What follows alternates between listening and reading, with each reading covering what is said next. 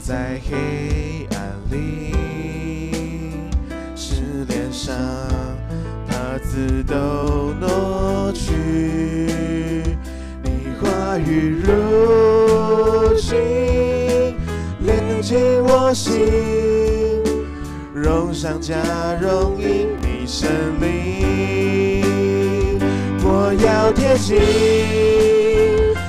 近你心跳的声音，思绪如你，步伐如你，更靠近你，活出像你丰盛的生命。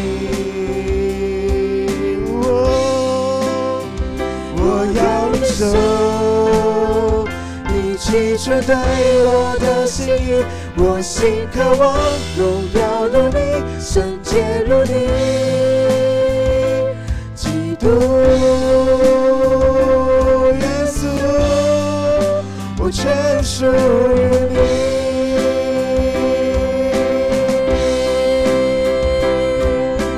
我心坦然无惧，敬拜你，跟随你，永恒在你手里，我放下自己。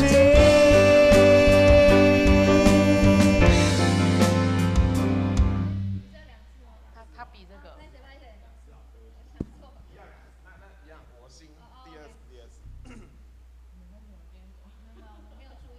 我的错。好，从我心第二次，第三段。我心坦然无惧，敬拜你，跟随你，永恒在你手里，我放下自己。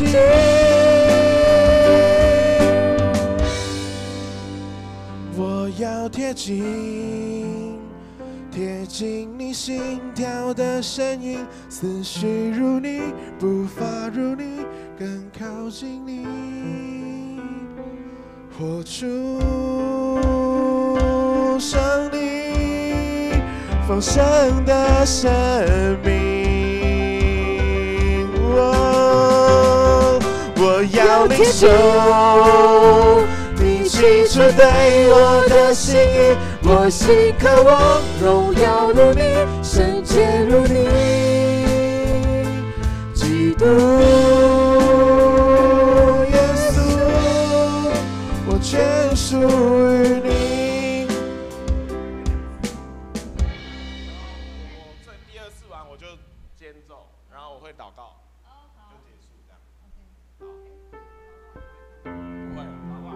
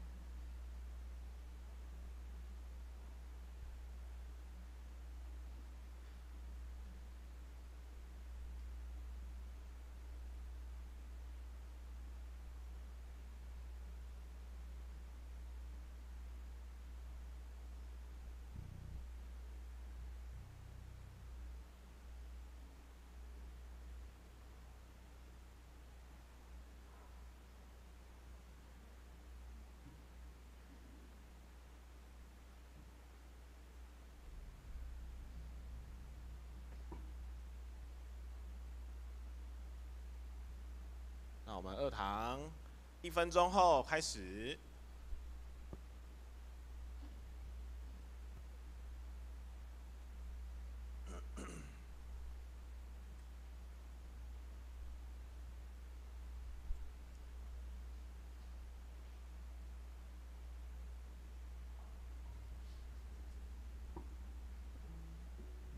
好，兄弟姐妹平安。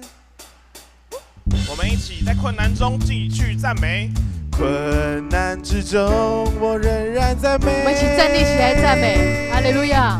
疑惑之中，我仍然祷告。行在水面的星星，刚强壮胆的前进。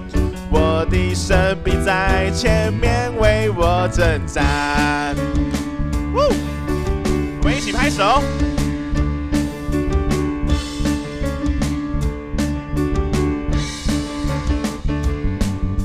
主赐给我不动摇的信心，海浪之中你伸出大手拉住我。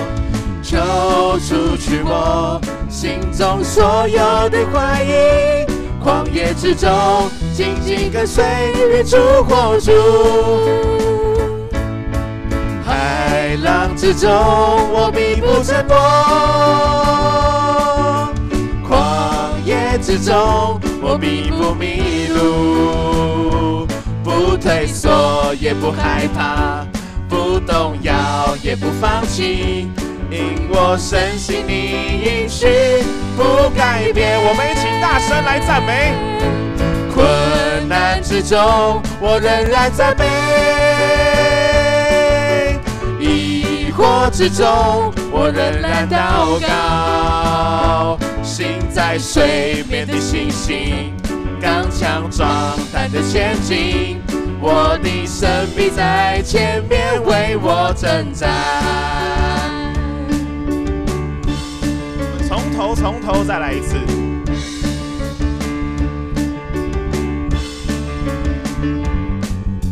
主赐给我不动摇的信心，海浪之中你伸出大手拉住我，求除去我心中所有的怀疑，旷野之中紧紧跟随日出火烛。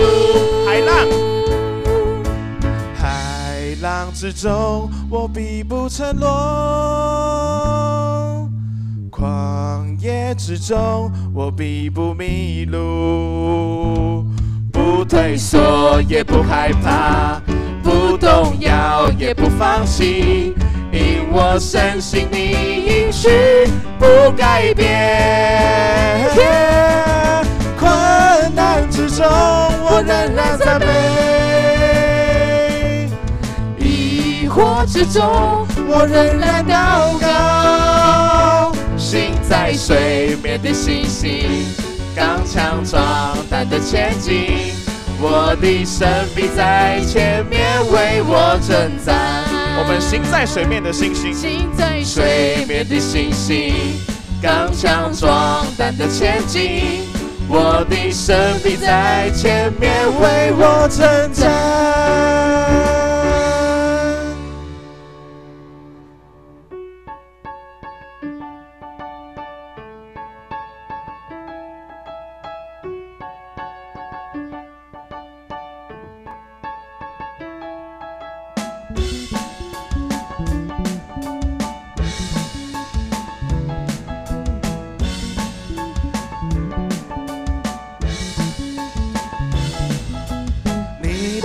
是永无止境，主你四面环绕我，你的爱是我苏醒，心中喜乐不住满溢，万物都向你呼喊，让赞美充满这地，黑暗终究会过去，为爱你牺牲自己，在你真光中我得着生命。我伸出大能双手，侍奉你，属天荣耀。主是何等的奇妙，与你同行何等美好，让生命真光照耀。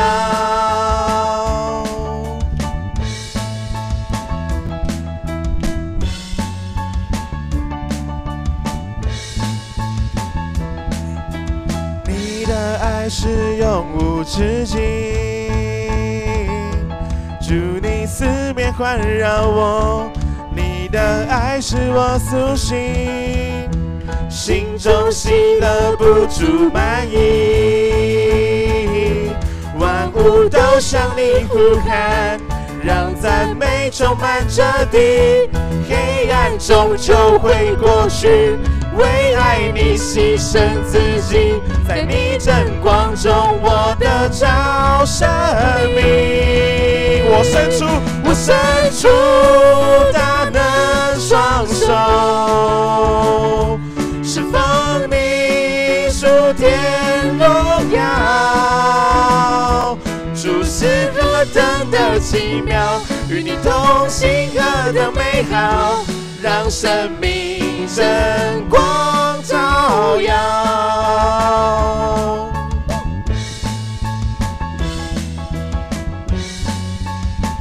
你的爱，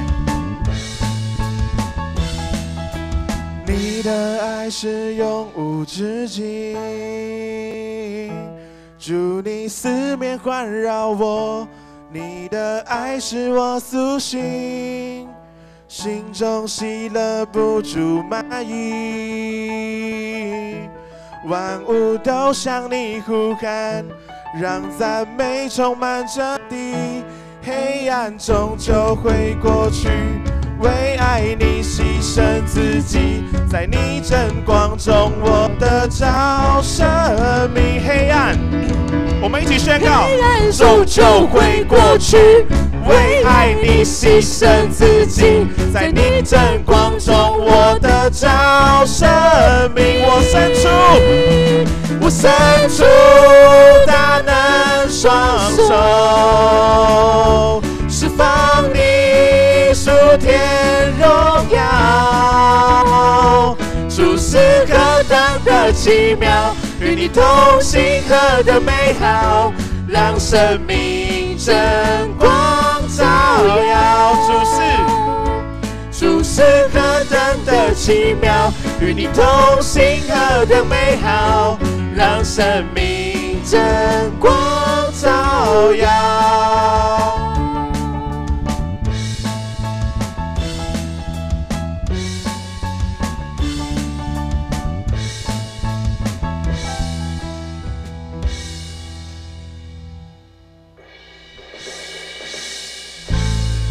主啊，我们先安静心，来站立在你的座前，来站立在你的面前。主啊，求你双手领我们走出旷野，让我们看见你为我们所预备，让我们能够学习你的样式。我们一起用安静的心来唱这首《如你》。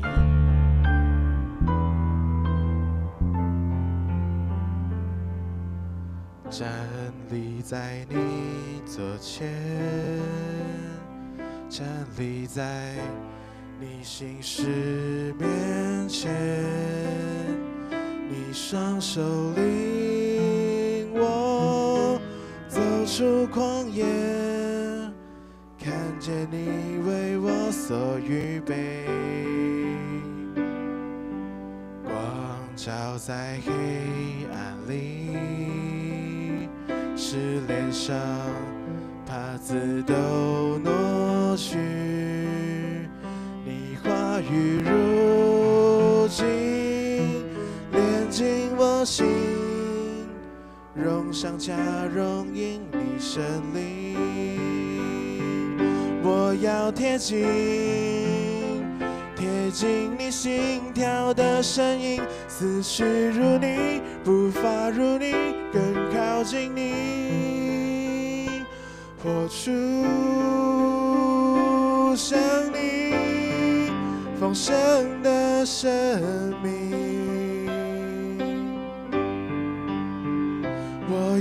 受你起初对我的心意，我心渴望荣耀如你，圣洁如你，基督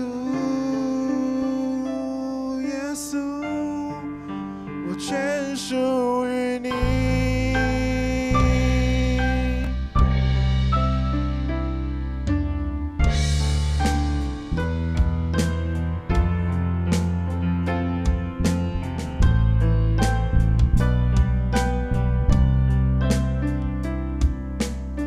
照在黑暗里，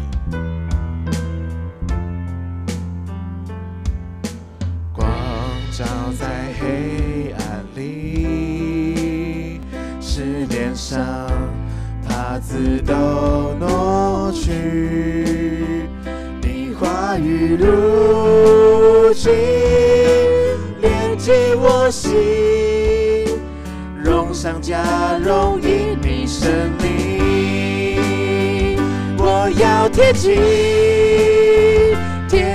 你心跳的声音，思绪如你，步伐如你，更靠近你，活出像你丰盛的生命。我要领受你起初对我的心意，我心渴望荣耀如你，圣洁如你，基督耶稣，我全属于你。主啊，我们要宣告，我心坦然无惧，敬拜你，跟随你，永恒在你手里，我放下自己。我们要再宣告一次，我心坦然无惧，敬拜你，跟随你，永恒在你手里，我放下自己。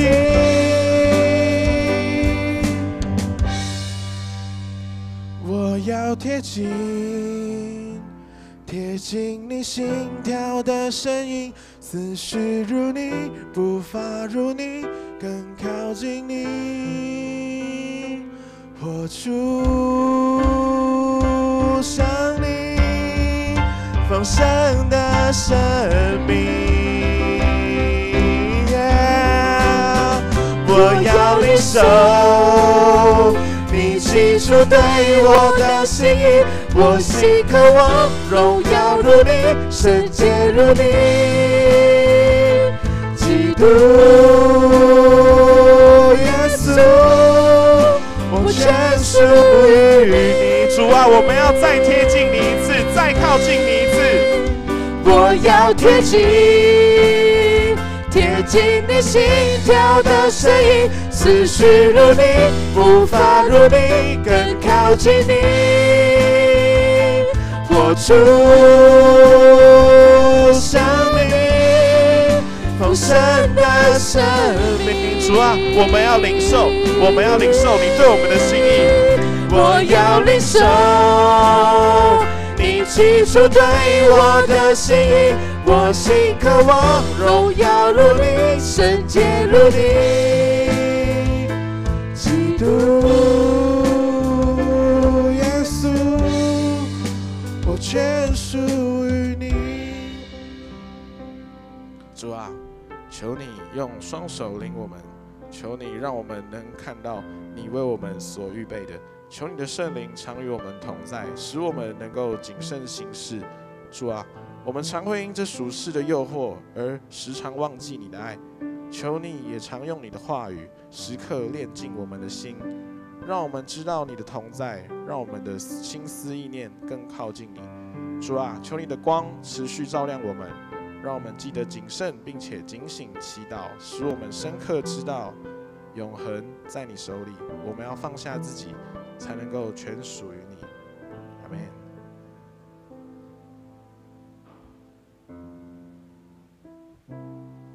让我们依旧站立，一起来读新的诫命。你要尽心、尽性、尽意爱主你的上帝，这是诫命中的第一，且是最大的。其次也相仿，就是要爱人如己。这两条诫命是律法和先知一切道理的总纲。我赐给你们一条新命令，乃是叫你们彼此相爱。怎样爱你们，你们也要怎样相爱。你们若有彼此相爱的心，众人因此就认出你们是我的门徒了。请坐。现在要进行奉献，请奉献的同工。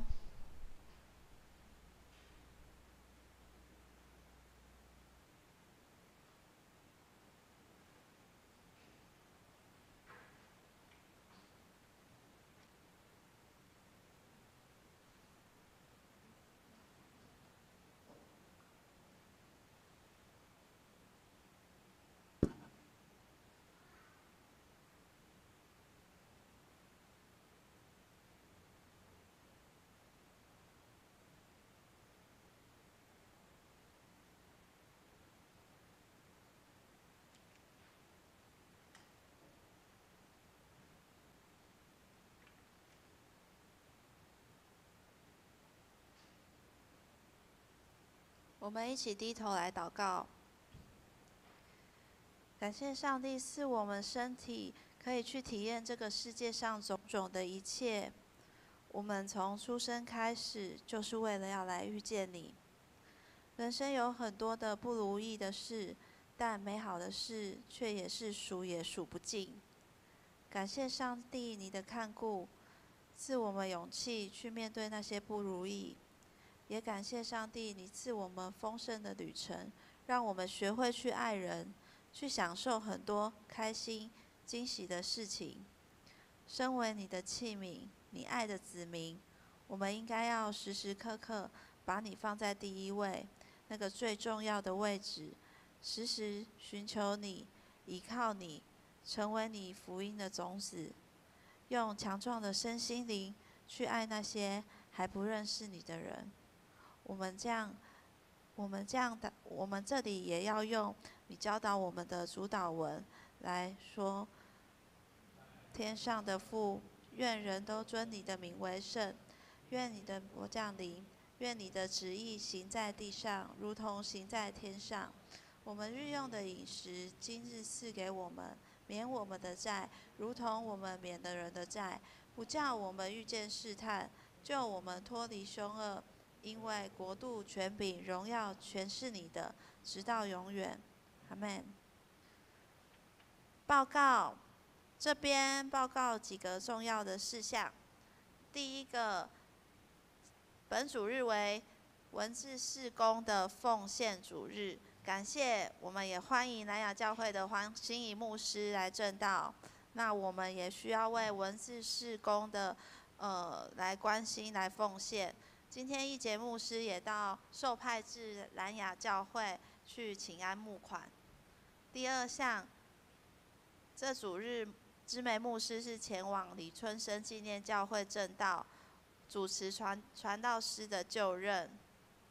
好，第三项就是我本人，因为我的脚踝的疾病已经持续很久，所以我先暂时离开主日学校长的职务。目前10月开始会由徐丽娟长老来先替我担任主日学的校长，然后他会跟郑美长老的职务对调，就是从丽娟长老会从关怀部长变成教育部长，然后郑美长老会从教育部长变成关怀部长，他们两个的职务会对调，这样。好，第5样可以看到，9月2号的下午2点会召开小会，就是礼拜六的下午2点召开小会，3点半会召开长执会，请长执留意。团契消息，我们要为了8月19、20，就是这2天青少期夏令营，在桃园青年体验学习园区进行，然后有16名学生参加。我们为了他们能够充满主恩、一切平安来祷告。好，那其他的大家自己看，如果奉献明细有问题，可以来跟会计说。好，那我们看到经文，今天的经文是记载在马可福音第13章28到37节。我们一起来念：你们要从无花果树学习功课。当树枝发芽长叶的时候，你们就知道夏天近了。同样，当你们看见这些事发生，就知道那时候近了，就在门口了。我实在告诉你们，这世代还没有过去，这一切都要发生。天地要废去，我的话却绝不废去。但那日子、那时辰，没有人知道，唯天上的天使也不知道，子也不知道，唯有父知道。你们要谨慎，要警醒，因为你们不知道那时刻几时来到。这事正如一个人离家远行，授权给仆人们分派个人的工作，又吩咐看门的警醒。所以你们要警醒，因为你们不知道这家的主人什么时候来，是晚上，或半夜，或鸡叫时，或早晨，免得他突然来到，看见你们睡着了。我对你们所说的话，也是对众人说的，要警醒。好，那我们欢迎黄牧师，题目是怀抱警醒的心。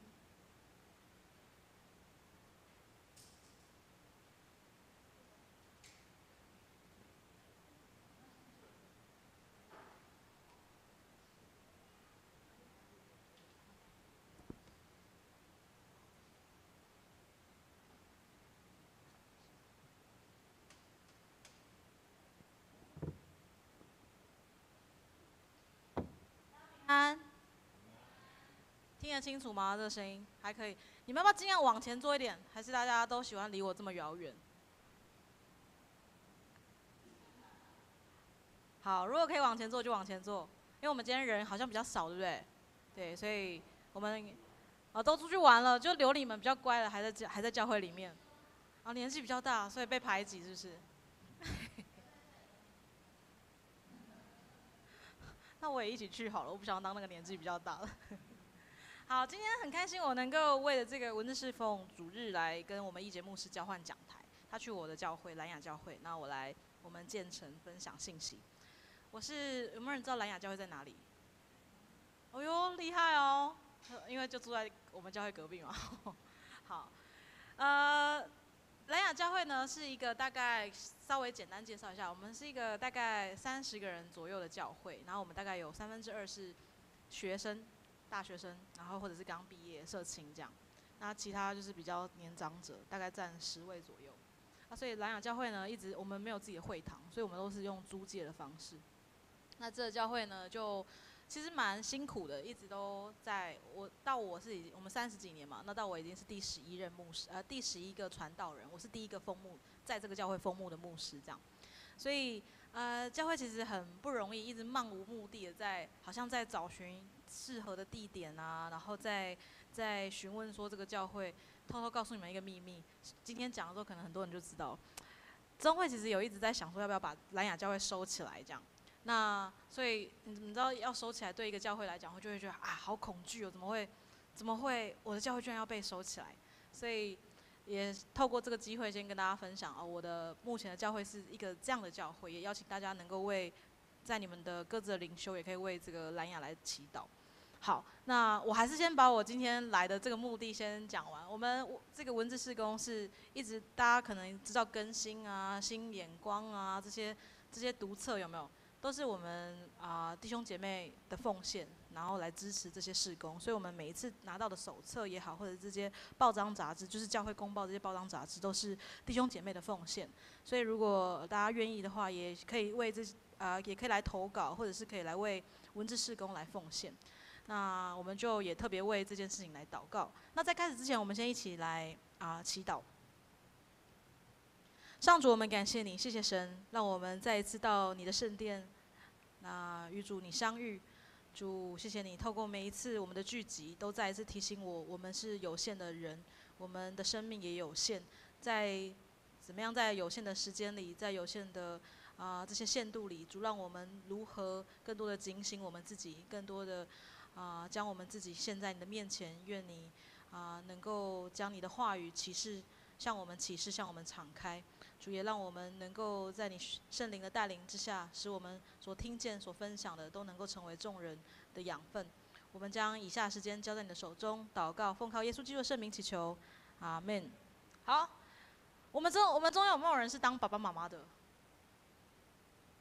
真的好少哦，你们好，幸好还是陆陆续续有一些人举手。在进入信息之前，我想要先问大家一个问题：有没有那种经验，就是很想要知道结果，就又害怕受伤害的那个经验？有没有？有吧？我靠近你们一点。对，既期待又害怕受伤害。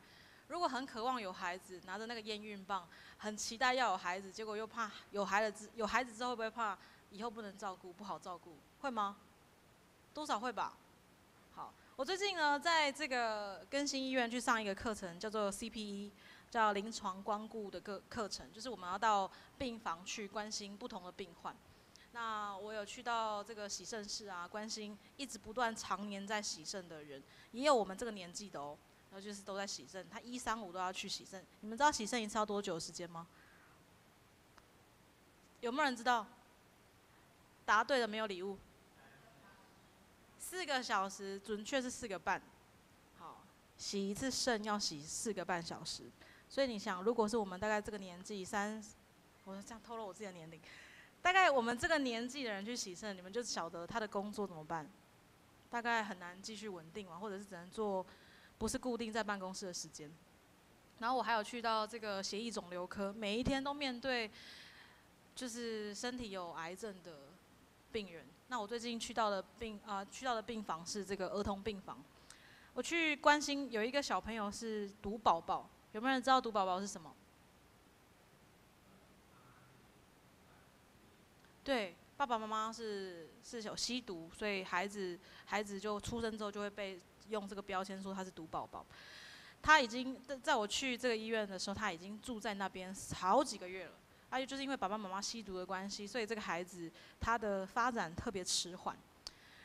刚刚那个 baby 已经1岁多了嘛，对不对？1岁多。我去照顾的那个孩子大概1岁左右，然后他还不会翻身，连翻身都还不会，就是因为如果你们大家有看到毒宝宝，通常他的四肢、脚也是都会呈现是黑色的，就是因为他的血液因为爸爸妈妈吸毒的关系，造成他的迟缓，他的血液不顺畅这样。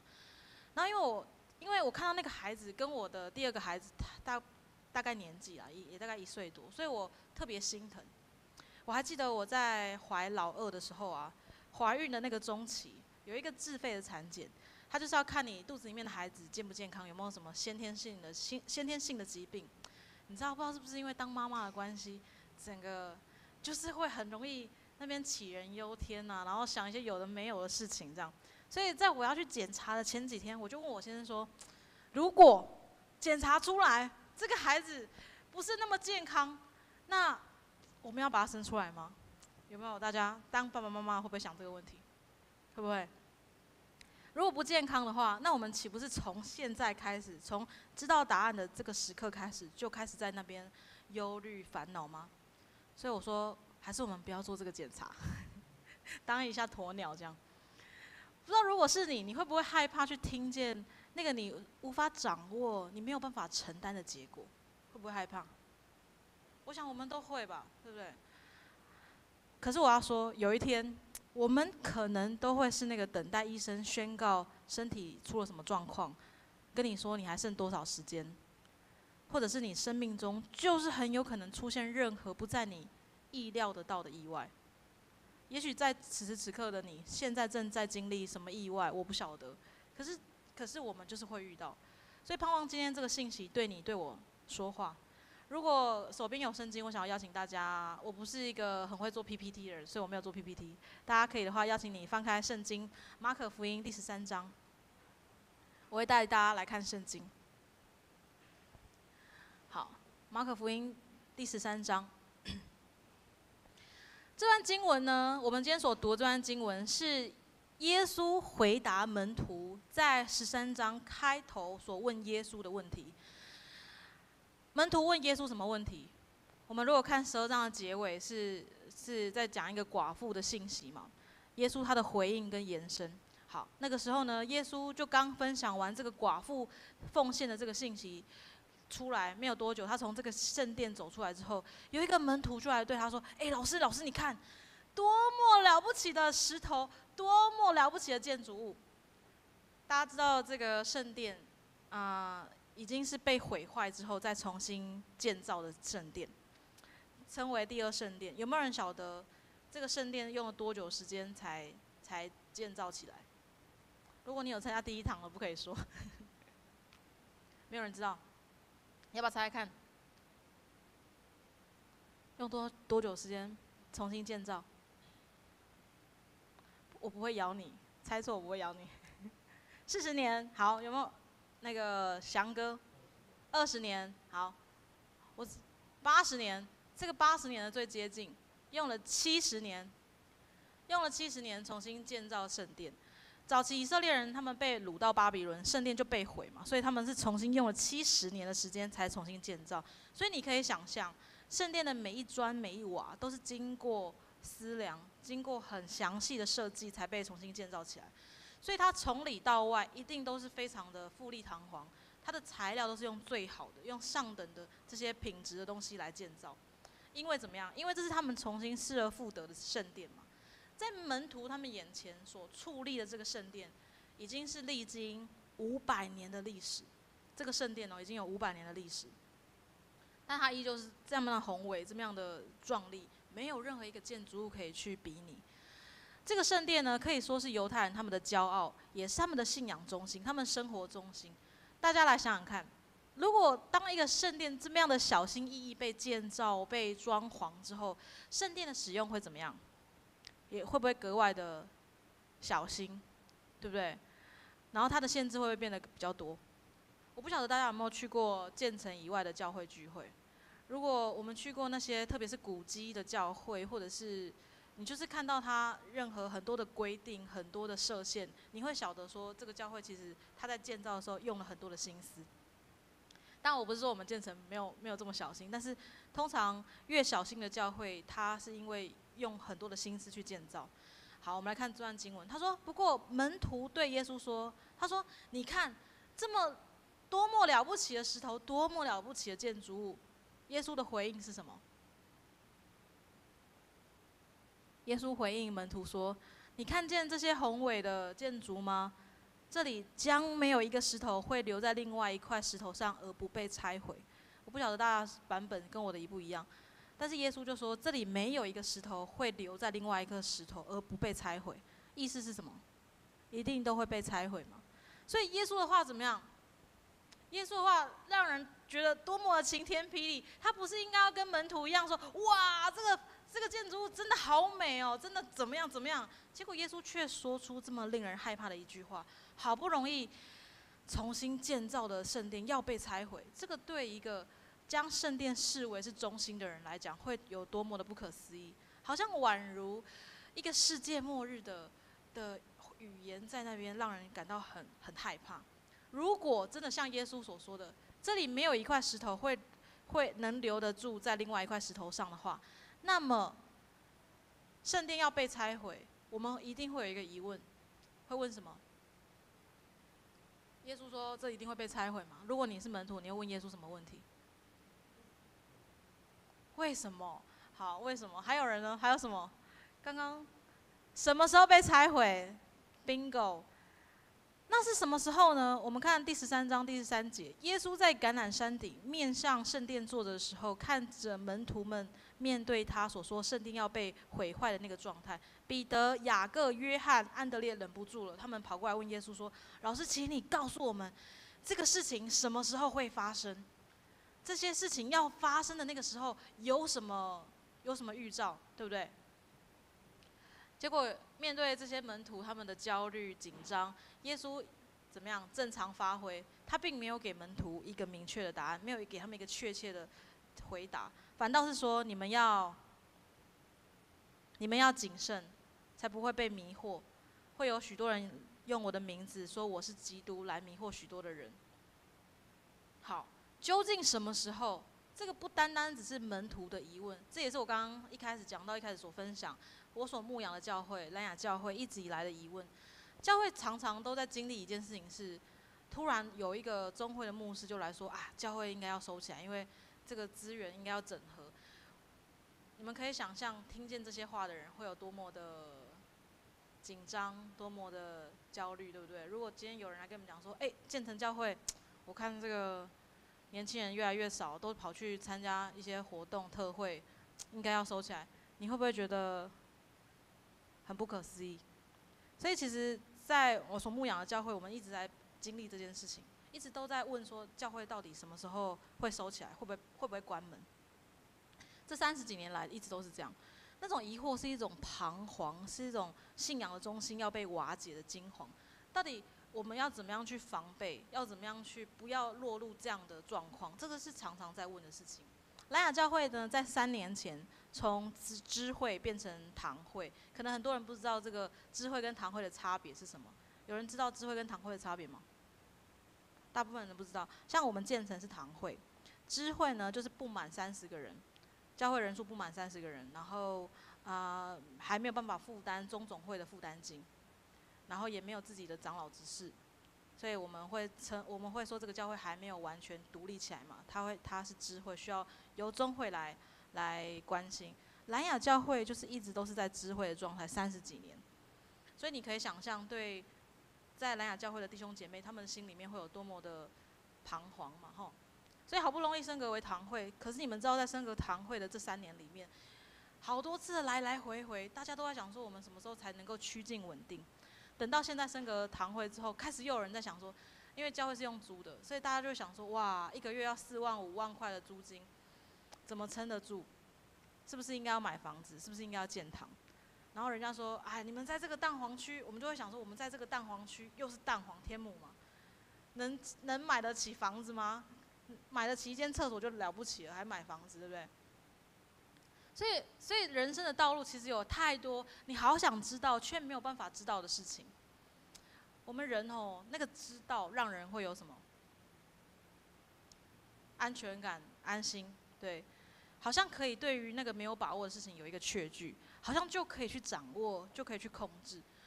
我们中间可能有夫妇、有男女朋友的人，或者是有爸爸妈妈对孩子的。来问你们一个问题：你们很常对对方说的一句话是什么？不要说我爱你，我不相信。那个只有热恋期会发生，现在如果不是过热恋期，很少会发生。啊？有没有出轨吗？哦，这么刺激！哦，滚！哦，我以为是有没有出轨，那我可能要諮商你的婚姻了。好，我们可能很常问的是你在哪里？你现在在做什么？是吧？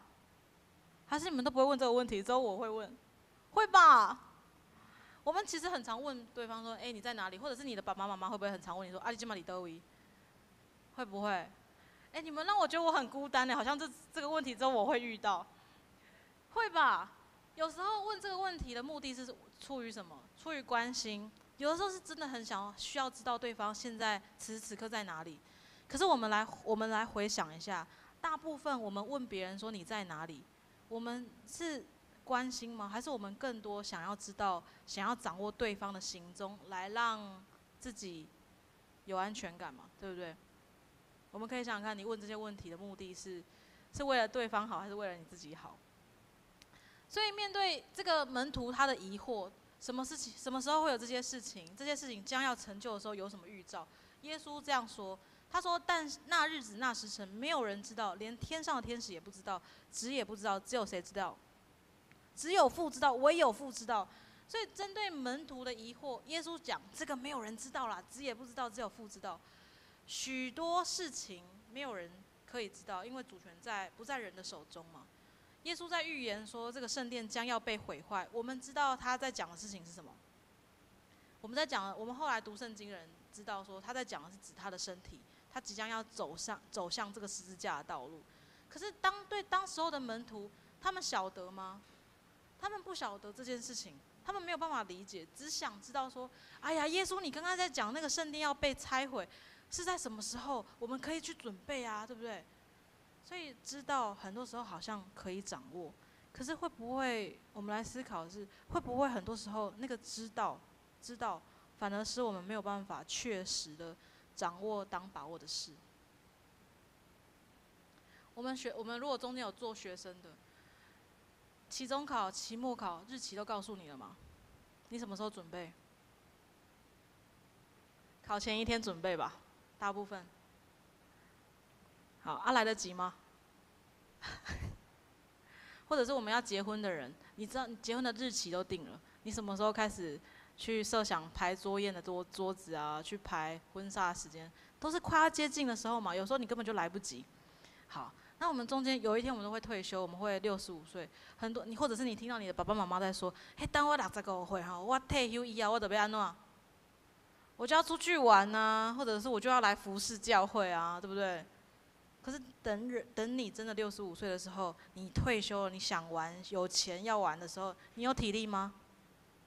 你不见得有体力了，你也不见得身体健康，对不对？所以有的时候，正当人不知道那个确切的日期时，会不会反而使人更能够警醒呢？这个是我们要思考的事情。耶稣说：“你们要谨慎，要警醒，因为你们不知道那时刻几时来到。如果时间不是我们能够掌握，不是我们所能够知道的，那么警醒是上帝给我们人一个很好的礼物。这个警醒帮助我们做我们此时此刻所当说、所当做、所当行的事情。”耶稣用一个比喻说：“他说，这事正如一个人离家远行，授权给仆人们，他分派个人工作，又吩咐看门的人警醒。所以你们要警醒，因为你们不知道这家的主人什么时候来，是晚上或半夜，或鸡叫的时候，或早晨，免得他忽然来到，看见你们在睡觉。”好，我问大家，你们一个仆人的这个职分是什么？服侍主人，对，就是将主人所托付的事情完成嘛，对不对？所以主人要什么时候要回来是谁决定？主人决定，轮不到我们这些做仆人的人决定嘛。他一回来，只要确定家里面的事情你都打点好了就好了。可是问题是，仆人有没有在他的岗位上做好呢？耶稣说，主人可能会在黄昏，可能会在半夜，可能会在凌晨，可能会在这个早上的时候回来。我们来思考一件事情，如果你圣经够熟的话，你会记得一些事。黄昏是什么时候？黄昏岂不是在耶稣最后上十字架，他与门徒同坐席的时间吗？在那个傍晚的时候，耶稣在什么时候祷告？耶稣在半夜的时候祷告，他的门徒都在睡觉。我们如果读何修的圣经和本的圣经，会读到这个基提的时候，也就是天刚亮的时候，谁有3次不认他？彼得3次不认他。早晨，玛利亚跟耶稣的门徒去耶稣的坟墓去找耶稣，结果认不出复活的主吗？这些时刻都是主与门徒同在的时刻，可是门徒有没有把握呢？你们有没有把握这些时间呢？正是因为这些时刻，门徒没有办法好好的把握，所以耶稣不断的在说：你们要谨慎，你们要警醒，因为你们不知道那时刻几时会来到。警醒不是让我们去阻止即将或者是要发生的事情，警醒是让我们在各种的情况下，我们都能够准备好。我在一开始讲到有提到说，如果你在面对你的孩子很有可能被检查出不健康的几率的产检，你会选择做吗？现在我们这边大部分都说会，刚刚上一堂的有很多人摇头。我其实起初很多的焦虑，很多的担心，我甚至觉得，哎呀，不如不要做，我就当几次鸵鸟，每次说要做产检，我都不要，免得真的知道孩子不健康，那我们这个做父母的不就一直要担心吗？所以我记得我要去产检的那一天，因为我先生就说要做嘛，然后我们就好就去做产检。要出发，我已经跨上他的摩托车了，然后我就问他说，我就再一次问我先生说，还是我们不要做这个产检？然后我先生就回答我说，他说做这个检查不是为了要避免生出不健康的孩子，做这个检查的目的是为了提前准备如何成为这个孩子的父母亲。哇，有没有很感动？对啊，那时候我突然我的眼泪就流下来，我就觉得哇，对啊，我一个基督徒，我还牧师呢，我居然在担心我的孩子健不健康。我更该担心的事情是，我有没有无论这个孩子健康与否，我是不是都能够成为他的父母亲，好的父母亲？这个是我们更应该担心的事嘛。所以，诚如我刚刚在讲蓝雅教会，很多人在焦虑，很多人在担心教会会不会收起来。其实我也有点小担心啊，你们知道，毕竟作为牧者嘛，如果这个教会要收起来，哇，这个最后收教会的人是谁？就是你这个牧师呢哦。所以坦白说，心里面会有点焦虑跟担心。可是，诚如这段经文，耶稣所在讲的，教会的存在与否，都在于上帝的时间跟他的应许里面。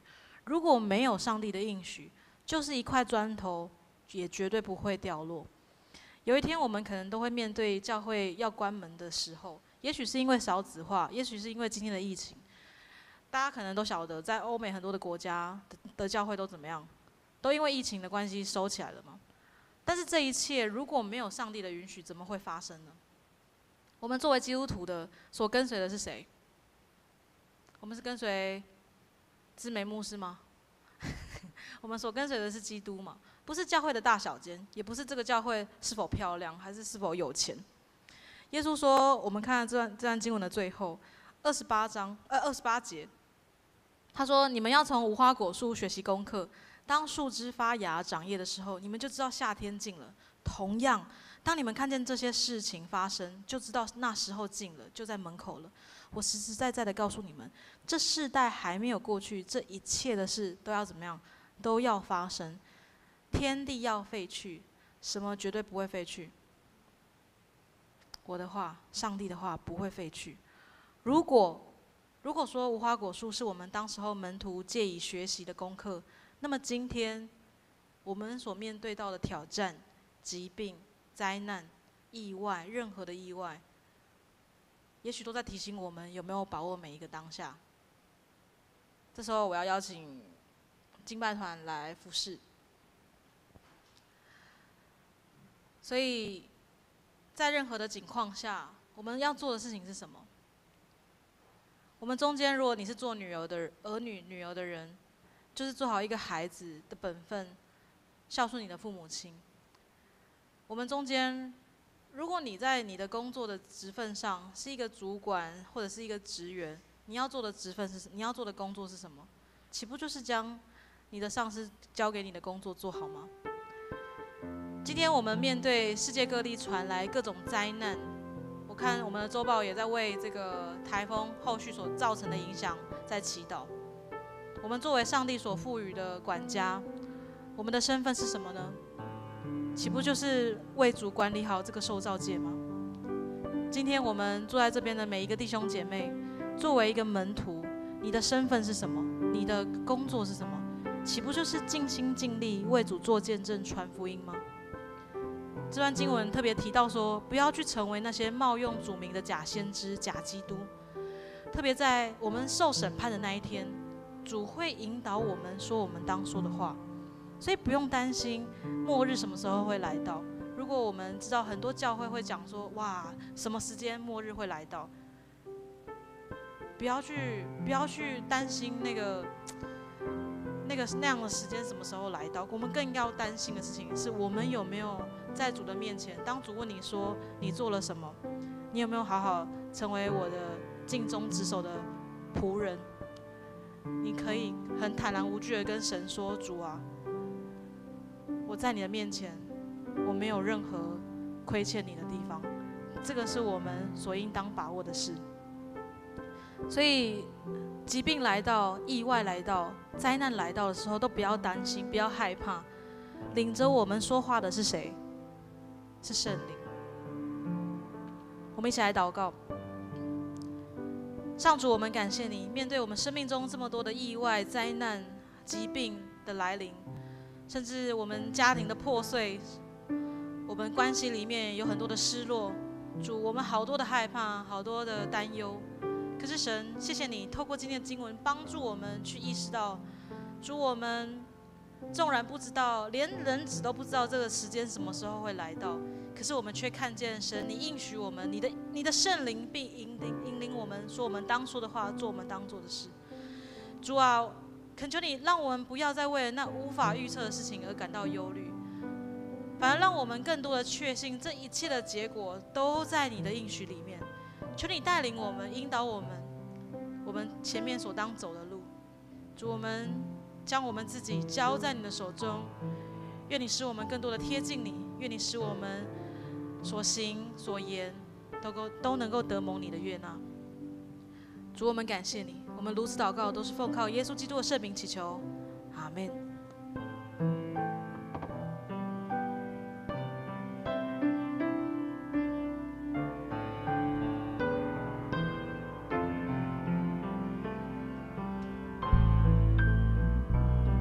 一起来唱回应诗如你。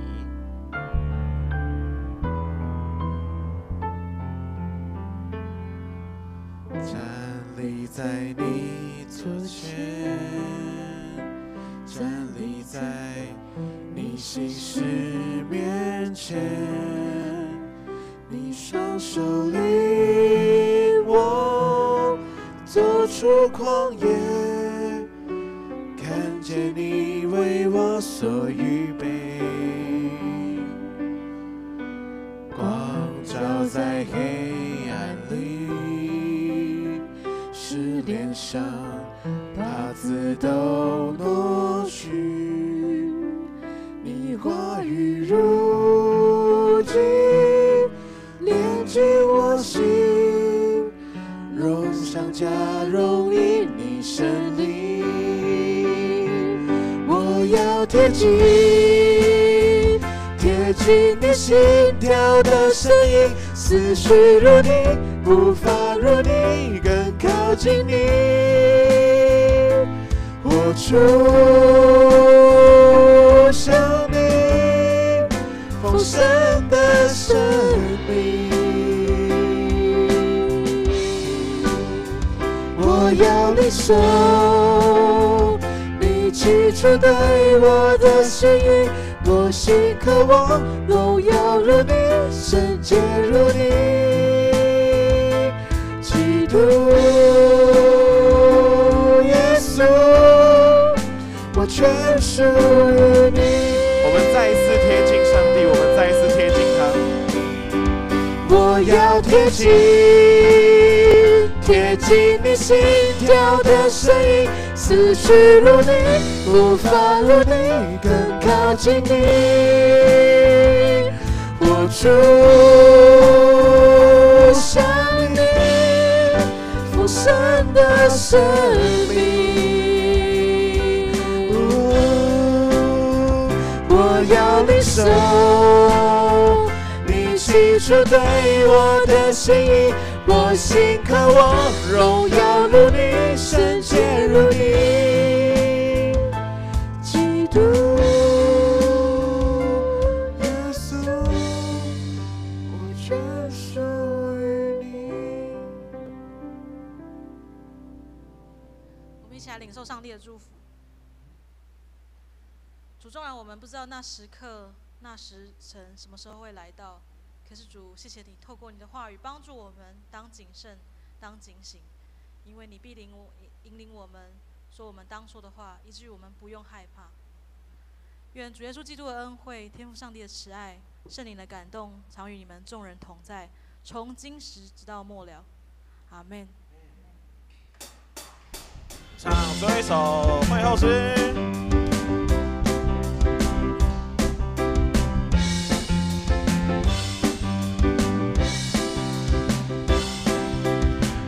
利路亚，带着喜乐回家。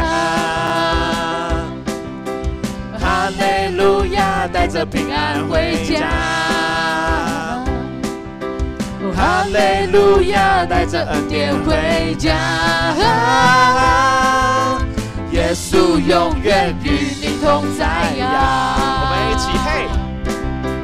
哈利路亚，带着喜乐回家。嘿嘿嘿嘿！哈利路亚，带着平安回家。嘿嘿嘿嘿！哈利路亚，带着恩典回家。你是我最爱天父爸爸。哈利路亚，哈利路亚，哈利路亚，哈利路亚，哈利路亚，哈利路亚，哈利路亚，哈利路亚，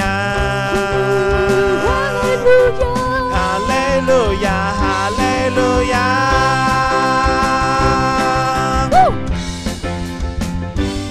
2堂礼拜到这边结束，欢迎大家互相联谊请安。